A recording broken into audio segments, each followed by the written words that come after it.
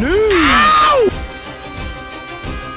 Okay, we'll start with this. A statement posted a few days ago by none other than Alicia Baumgardner herself as a response to Ryan O'Hara's New York Fights article in reference to her ongoing anti-doping situation. Alicia said, "Hey Ryan, I appreciate your attempt at a thorough piece, but despite your stated effort to get every detail right, you did not.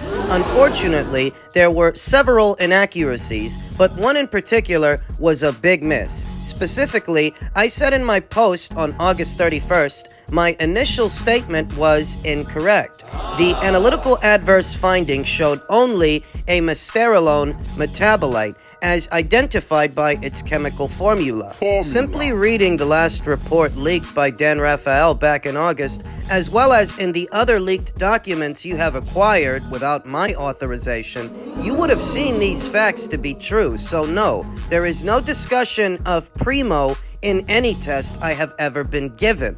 With that fact corrected in your piece, the argument that suggests my guilt, which half your article focuses on, falls completely apart. Again, I appreciate your attempt at a thorough piece, but with all the information you needed to get this right, you went to print with untrue statements. Therefore, I must caution you that without a full-throated correction posted within 24 hours, I will be forced to pursue legal action. Respectfully. This all took place a little over a week ago. And a redaction has since been published by New York Fights in accordance with Alicia Baumgardner's PSA. Though before we get into what that redaction is and what's in there, it's important to understand the nature of the issue, the nature of the subject matter. Alicia continued, "As I stated, transparency is key for me. And after waiting 2 weeks, I received the full report. I can't share everything yet, but here's the first clarification correction of what I bet will be many more to come. The test did not show 2 substances. Still investigating. Stay tuned." Make it make sense. When news first broke of Alicia's adverse finding months now, it was said that there was more than one banned substance. One was mysterolone, which can occur naturally in the body, and the other was primobolan, which cannot. Does not. A little less focus on the mysterolone and the implications of testing positive for primobolan. The hullabaloo is that primobolan does not occur naturally in the body. Moreover, the chemical substance is not approved by the FDA. Thus, you won't come across it in any over-the-counter supplements or foods. Why is that important? It's because there's only so many ways someone can end up with primobolan, otherwise known as primo. There's only so many ways that could end up in someone's body. That substance could end up being found in someone's test samples, i.e., doping. You would have to put it there because it doesn't occur naturally in the body and it's not approved by the FDA. It's banned in this country, so it's not something you can end up ingesting accidentally. Now the issue. Initially when news broke, it was said that Alicia tested positive for mysterolone and primobolan, which she herself acknowledged in a public statement. She then followed up with another public statement, another PSA saying her initial statement was a mistake and she did not test positive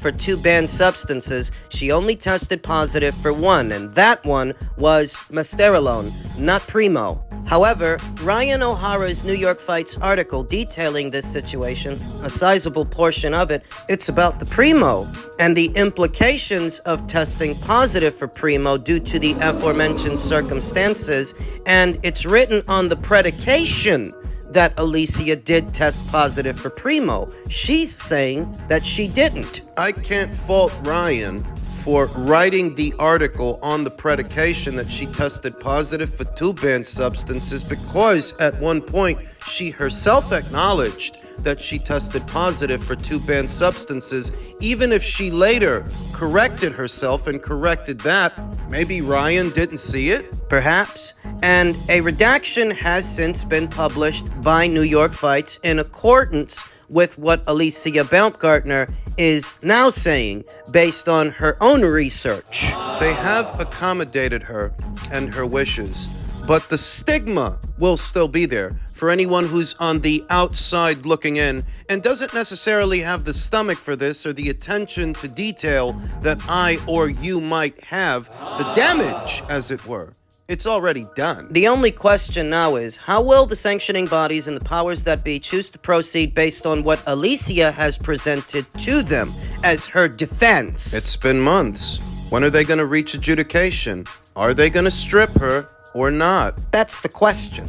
In men's lightweight and super lightweight news, you may have heard a day or so ago there was a back and forth exchange in between Shakur Stevenson and Teofimo Lopez, Shakur Stevenson and George Kambosos. It seems that since Shakur's lackluster showing with Edwin De Los Santos, more fighters are willing to mince words with him, and that's all this was, a war of words. A war of words that really won't amount to a fight in either direction. What was said really isn't important. Though for those interested, I have gathered those back and forth exchanges at length and posted them here. It's not what was said that has my attention, because what was said doesn't matter. Neither one of these three guys are in any position to badmouth the other when you consider that George Kambosos, by all accounts, he was a champion for 10 seconds, and in his last fight, he got a gift decision over Maxie Hughes, who many people feel beat him. And Teofimo ended up losing to George. How can you criticize Shakur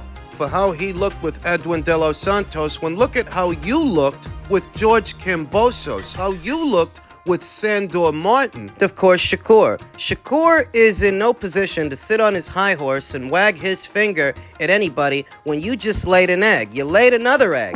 You laid one with Nicotila, which was not an entertaining fight, and you just laid one with Edwin De Los Santos. That's 2 times you laid an egg. And for what you get paid per fight, that shouldn't be happening. Something in the neighborhood of $3 million a fight. You are far too expensive to be so not entertaining. And that's the takeaway for me. That's the real story here. That in spite of these kids going back and forth with each other, at the end of the day, not a single one among them is in any position to talk. For what it's worth, I would actually pick Shakur as Stevenson to beat the both of these guys. You heard that right. I would pick Shakur Stevenson to beat George Kambosos, no matter how snappy George's comebacks are. If push comes to shove, and they were in the same ring, and they were going to fight, I would easily pick Shakur to beat him. And I'd pick Teofimo to beat George in a rematch. I wouldn't pick Teofimo to beat Shakur. I wouldn't pick him to win that fight. Styles is why. Styles make fights. Teofimo Lopez is best described as a boxer puncher, a counter puncher, a talented one, a strong one. But his Achilles heel seems to be when he has to go out there and find the other guy, like he tried to find George Kambosos, but ended up getting countered himself, like he tried to find Sandor Martin, ended up stinking out the joint. Teofimo Lopez doesn't look good against guys he has to corner and track down. At his best, he's shifting his weight onto his back foot, firing off those big counters, those big punches, and then moving in, putting punches together, but not up until he lands a hard counter.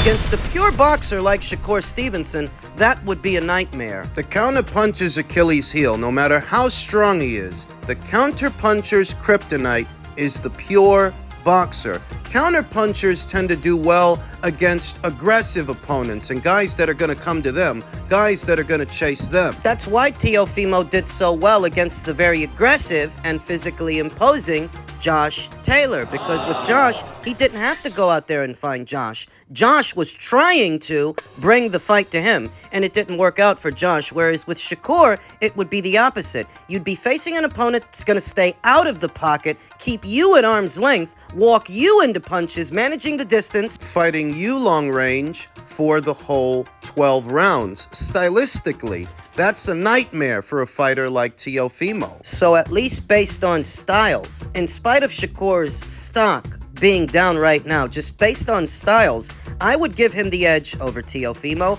I would give him the edge over George. That if push came to shove, and this were actually going to result in a fight, I think Shakur has the ingredients to beat them both, though it's neither here nor there, because they're not about to fight. Shakur in many ways just arrived at lightweight, and Teofimo in many ways He just arrived at super lightweight. Shakur's not moving up and Teofimo's not moving down. George isn't about to fight either of them. He's about to fight Vasyl Lomachenko next year in Australia. This is much ado about nothing. For all of George Kambosos' zingers and witty comebacks, if what he really wanted was a fight with Shakur, he could have had it. You made it out to where you end up fighting Maxie Hughes instead of Shakur, and you stunk out the joint with Maxie Hughes. A lot of people think George lost that fight, so none of these guys are in a position to trash talk the other. It's all kids stuff. It's all very JV. And it's not going to result in a fight anyway. Finally, in men's super middleweight news, on the heels of his big win over Demetrius Andrade, David Benavidez has said he won't allow Canelo Alvarez to avoid him by waiting until he cannot make super middleweight anymore, and so he will be back in the gym next week. Right now, it's in my best interests that I stay close to the weight and stay training. As much as he's going to try to wait me out, it's not going to work. I'm going to be ready for whenever that opportunity comes. This is something that we've talked about in previous videos, how fighters in this era, they don't fight as often as they used to in previous eras of boxing, and many fighters seem to be in a perpetual state of training. They're training more than they're fighting, and that is leading to stress fractures from repetitive motions. That if this era's fighters seem more injury prone than the previous eras, it's because they spend so much time training instead of fighting. Damned if you do, damned if you don't. What David needs to do is just focus on exercises that'll keep the weight down. Running,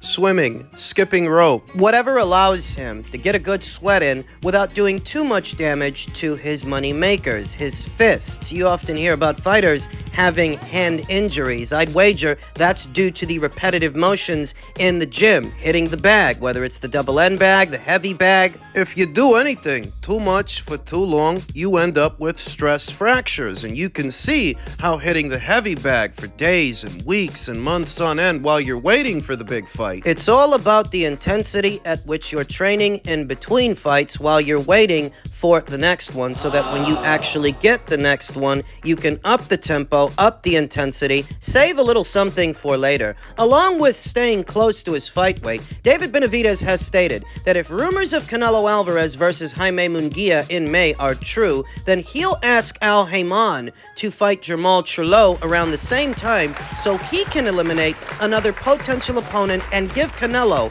no choice but to face him in September. It was a little over a month ago that I caught wind of that rumor and talked about it here on the channel, that Canelo's plan of action seems to be Jaime Munguia in May and perhaps David Benavidez in September. So he wants to fight Jermall, and I find it a little hard to imagine that Jermall would take that fight because it's not like there's a big cash incentive attached to fighting David Benavidez. When you think about the pay-per-view buys for the Caleb Plant fight, what are estimated to be the pay-per-view buys for this fight, the one with Demetrius Andrade, per Boxing Insider Rick Glacier, the Benavidez versus Andrade pay-per-view bit the financial bullet, bleeding red ink. It barely broke 6,000 pay-per-view buys. Piracy is a huge problem, but also a big factor. Demetrius Andrade was a non-starter for many potential pay-per-view buyers that elected to sit this one out. They might do the exact same thing if David fights Jermall. I don't imagine the box office numbers for that fight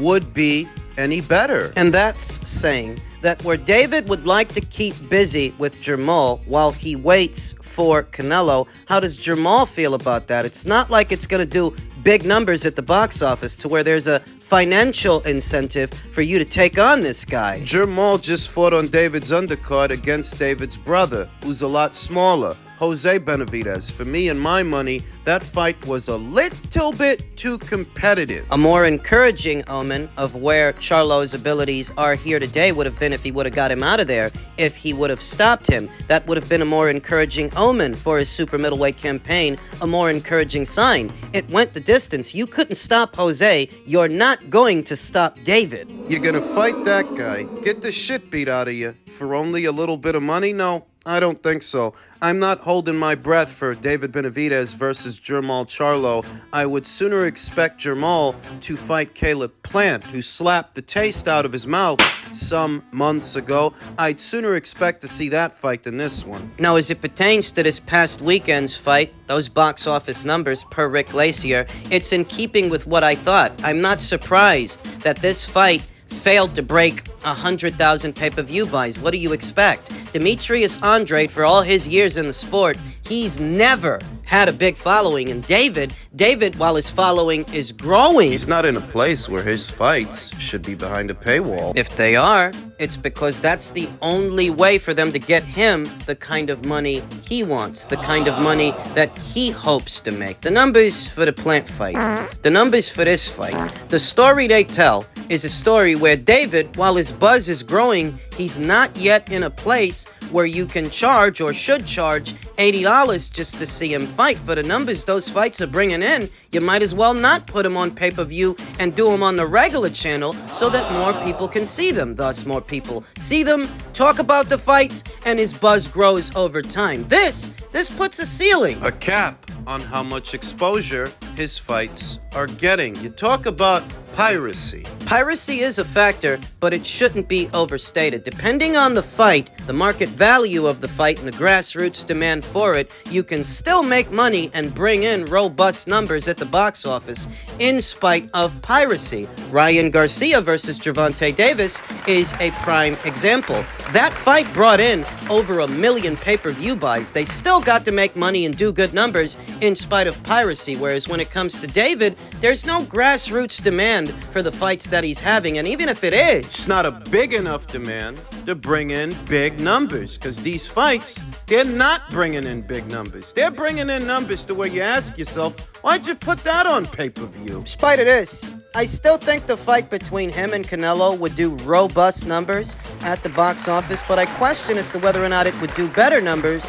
than a potential Crawford fight, because Terrence Crawford, like David Benavidez, was on pay-per-view in his last fight, and his fight had way more of a profile than David's last fight, and it did better numbers. More people bought it. More people saw it, more people were talking about it in the subsequent days and weeks that followed, that perhaps Canelo versus Crawford might actually do better at the box office, that it's a bigger fight than the Benavidez fight. I could go for either. I don't have a preference. If he fights Crawford in September or David in September, I'm okay with either one. The Boo Birds won't be satisfied. Whoever he doesn't fight, Canelo Alvarez will be accused of ducking him, whether he fights David instead of Terrence or Terrence instead of David. There's no satisfying them, but I'm okay with either one. We'll see who he ends up fighting.